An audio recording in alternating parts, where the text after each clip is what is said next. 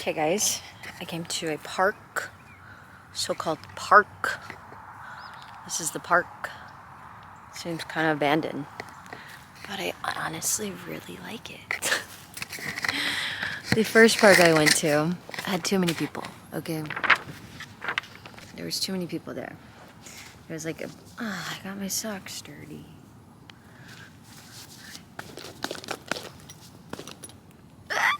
Gross. The first park I went to had too many people. It's like a baseball park. There was some baseball games going on. They did have an open grass area, but yet again, there was a basketball court next to it with some kids playing on it. Not the vibe, not the vibe, not the vibe. I came here. Google searched, typed in parks, went to the second nearest one to me, and here I am. I can hear the birds chirping. The sun is shining. There's a nice breeze in the air that's nice and cold. And there's nobody here. And I really fucking enjoy it. I came with nothing but my journal, a pen, AirPods, laptop, phone, and camera, and a blanket to lay on. I used to do this a lot. Just go to a random park with nothing but my journal and pen, maybe a book.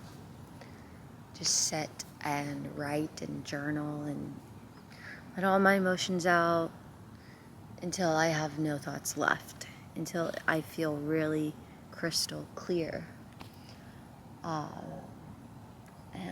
I really enjoy it. And it's just really nice that I'm here by myself. I really like being alone. I just watched a Isabel Page YouTube video, and she said something that I've told myself all along, is that in order to create something, you need two things. One, quiet, and two, to be alone. I've never heard anybody else say that, but I've told myself that for so long. So it's nice to know that I'm not the only one that feels that way. Not stand the quietness. How do you think? How do you think? Whenever you do that, constantly need a distraction, when you never can sit with your thoughts, either one, you're not consciously aware of your thoughts, or two, you're trying to drown them out. It's the opposite. I love my thoughts. I enjoy my thoughts. I like to sit with them. I don't have a problem with it. I enjoy this. Like, this is like heaven on earth for me. I feel like my most creative thoughts and ideas come when I'm in peace and quiet, and I'm not in peace until there's quiet. There's no distraction. I'm left to just sit with my thoughts. But yeah, I came here to journal. Another thing from Isabel's video is she said that it didn't feel right to make goals in January when it's the dead of winter. And now at the end of February coming into spring, now is the time you should really reflect and sit and like, who do I want to be this year? What do I want to do? And honestly, it feels so right. I never thought about that. You know, I always went with what everybody else was doing. Oh, it's January. Oh, it's January. You know, oh, beginning of the year, gotta make new goals. But no. Actually, now I feel more alive. I feel more, it feels right energetically. You know, things bloom in the spring. And so, who do I want to bloom into new?